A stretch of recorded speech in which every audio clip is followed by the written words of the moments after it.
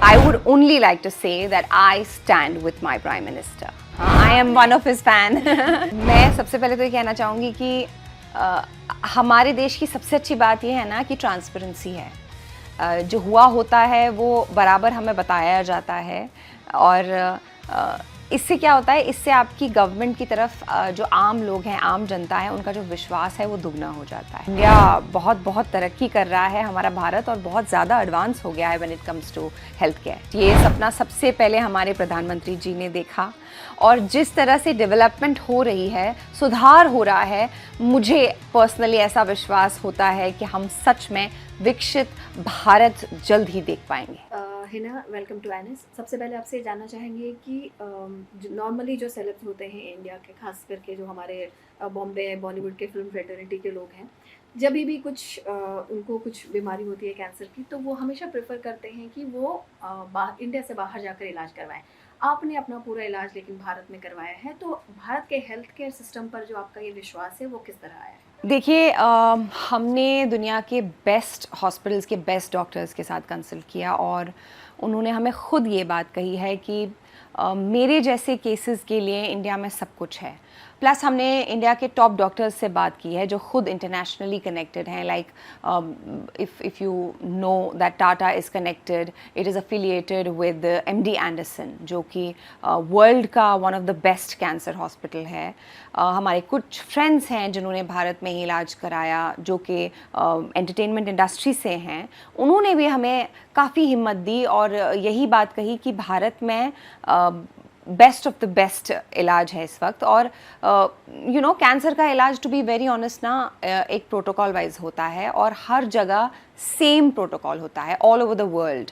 और अब तो भारत में भी वर्ल्ड क्लास चीज़ें मिल ही जाती हैं। हमारे पास सैकड़ों इंडिपेंडेंट लैब्स हैं जो प्रोप्राइटरी पैटेंटेड टेस्ट करवाते हैं एज पर वर्ल्ड स्टैंडर्ड्स, जैसे लिक्विड बायोप्सी हो गई, जेनेरिक्स हो गया, या ट्यूमर इनसाइट। बहुत सारे ऐसे टेस्ट हैं जो वहाँ पे होते हैं जिससे आप अपना कैंसर ट्रैक कर सकते हैं। तो आई थिंक इंडिया बहुत बहुत तरक्की कर रहा है, हमारा भारत, और बहुत ज़्यादा एडवांस हो गया है when it comes to health care. Hina, प्रधानमंत्री मोदी की सरकार को 11 साल अब हो जाएंगे। कई लोग 2014 में वो बने थे प्रधानमंत्री। कई रिसर्च ये भी बोलते हैं कि उनकी पॉपुलैरिटी और ज़्यादा पहले से इंक्रीज हो गई है। हाँ, I am one of his fan. और आपने 11 साल का देखा है और आप बहुत अवेयर हैं। सबसे अच्छी बात है कि आप बहुत हर बात को लेके बहुत अवेयर हैं। तो आपकी क्या राय है उसके? देखिए, मुझे अपनी लिमिटेड एक्सपीरियंस से तो यही महसूस होता है कि आज का जो भारत है वो बहुत ज़्यादा पावरफुल है। Infrastructure, technology, space, medicine, Ayushman Bharat, poverty reduction, defence, या फिर इकोनॉमी, हर क्षेत्र में आज हम पहले से बेहतर हैं।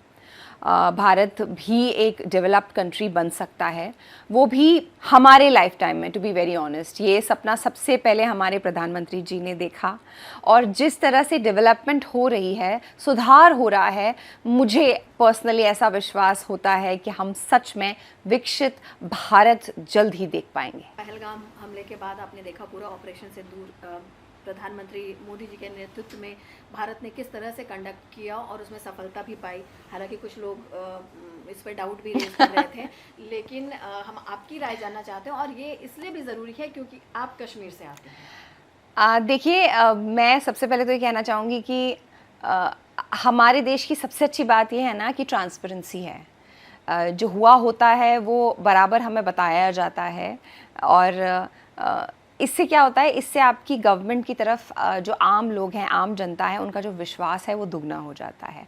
तो अगर हम ऑपरेशन सिंदूर की बात करें, या जो पूरा वो we were in a state of war almost, तो तब मैं यही कहना चाहूँगी कि एक चीज़, मैं हालांकि दूसरी कंट्री में थी, but I was very aware about what is happening in my country.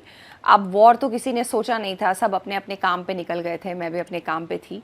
पर एक चीज़ मुझे बहुत बहुत अच्छी लगी कि वहाँ बैठ के भी मुझे पता था कि जो कहा जा रहा है, जो बोला जा रहा है, जो बताया जा रहा है, बहुत ही ट्रांसपेरेंट है और कुछ छुपाया नहीं जा रहा है।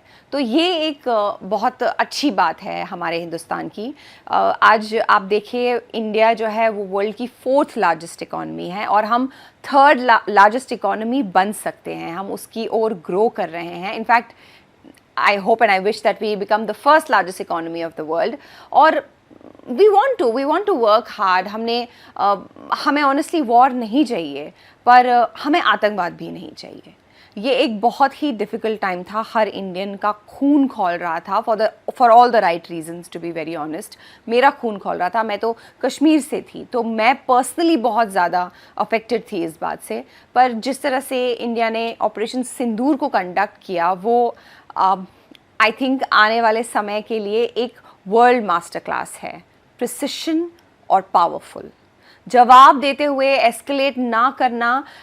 I think this is a brilliant combination. हमारी एयर डिफेंस ने भी